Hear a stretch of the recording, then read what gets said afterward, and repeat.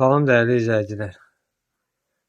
Mən sizə hal-hazırda filtr cihazının bakının içinin quruluşunu göstərəcəm.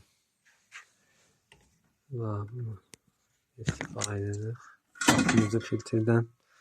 Onu da qeyd edeyim ki, hər filtrin bakının içi açılmır. Ümumi bu tipli baklar açılır, içinin membranı çıxarıb dəyişilə bilir, təmir oluna bilir.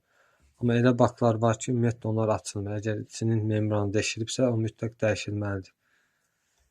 Biz əvvəlcədən onun manometr vasitəsilə havasını yoxlayırıq.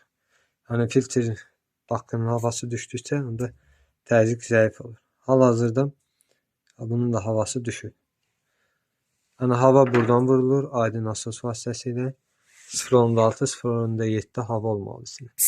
Bunun havasını şimdi boşaldaq.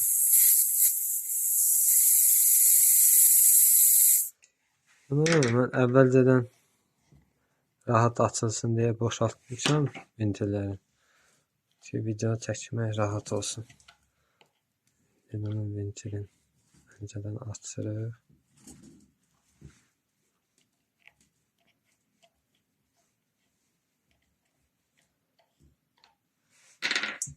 Daha sonra bu açılır.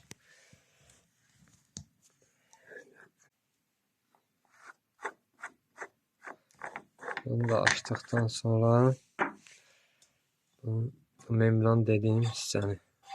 Membran da budur. Bir növ şar deyək də. Bu membran da deşildisə, su bunun içine yığılır. Onu da qeyd edim, su bunun içine yığılır. Bu genişlənir. Hava hal-hazırda işığı yandırın. Hava bu balonun içində olur, ətrafında. Buradan vurulur hava. Bunun içində boş vəziyyətdə 0.6 hava olur, atmosfer olur. Gördüyünüz kimi bu membrandır. Membranda bunun içərisində olur. Su dolduqca bu genişlənir, havanı bakın divarlarına sıxır. Və orada təzyiq əmələ gəlir. Harca 2,5-3 atmosferə yaxın təzyiq əmələ gəlir. Və siz krantı açdıqca həmin hava suyu birbaşa kranta qalır. Yəni su sıxılmadığına görə hava sıxılır, orada təzyiq yaranır. Və siz krantı açdığından sonra təzyiqindən su gəlir.